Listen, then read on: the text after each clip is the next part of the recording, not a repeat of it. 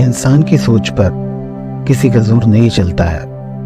कब और कैसे हमारे दिमाग में कैसी सोच आ जाए, इस पर नियंत्रण पाना असंभव है। लेकिन हाँ, यह सोच अगर हमें परेशान करने लगे तो इससे बाहर आने की कोशिश जरूर की जा सकती है। मनुष्य के मन में कई तरह के विचार आते रहते हैं। एक पल में ही इंसान का दिमाग कई चीजों के बारे में सोचने लगता है। इसीलिए कहा जाता है कि मन को नियंत्रित करना आसान नहीं है, लेकिन गौतम बुद्ध ने मन को नियंत्रित करने के उपाय भी बताए।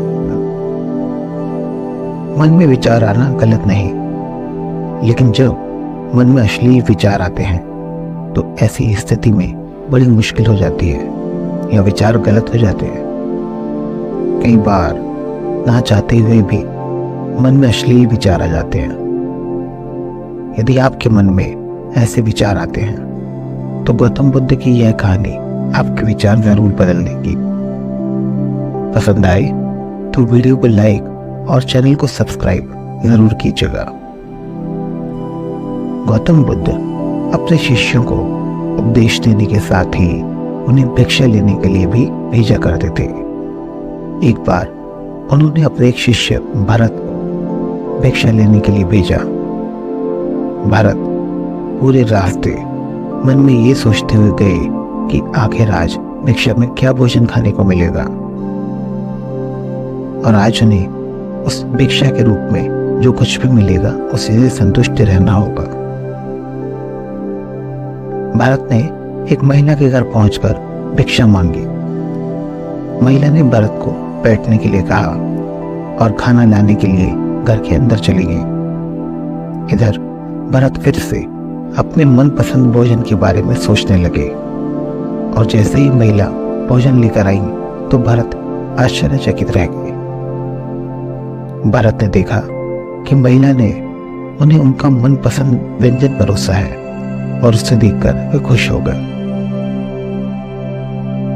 भोजन करते समय भी भरत यही सोच रहे थे कि शिष्य बनने से पूर्व उन्हें भोजन के बाद विश्राम करने की आदत है, लेकिन आज दोपहर के भोजन के बाद उन्हें कड़ी धूप में पैदल ही आश्रम की ओर चलना होगा। लेकिन भोजन के बाद महिला ने भरत से कुछ देर आराम करने का अनुरोध किया। भरत को फिर से खुशी हुई कि आज उनकी सारी इच्छाएं पूरी हो रही हैं। इसके बाद भरत कुछ देर विश्राम करने लगे, लेकिन आराम करते समय भी वे सोचने लगे कि आज तो भोजन के बाद आराम करने को मिल गया, लेकिन हर दिन ऐसा नहीं होगा।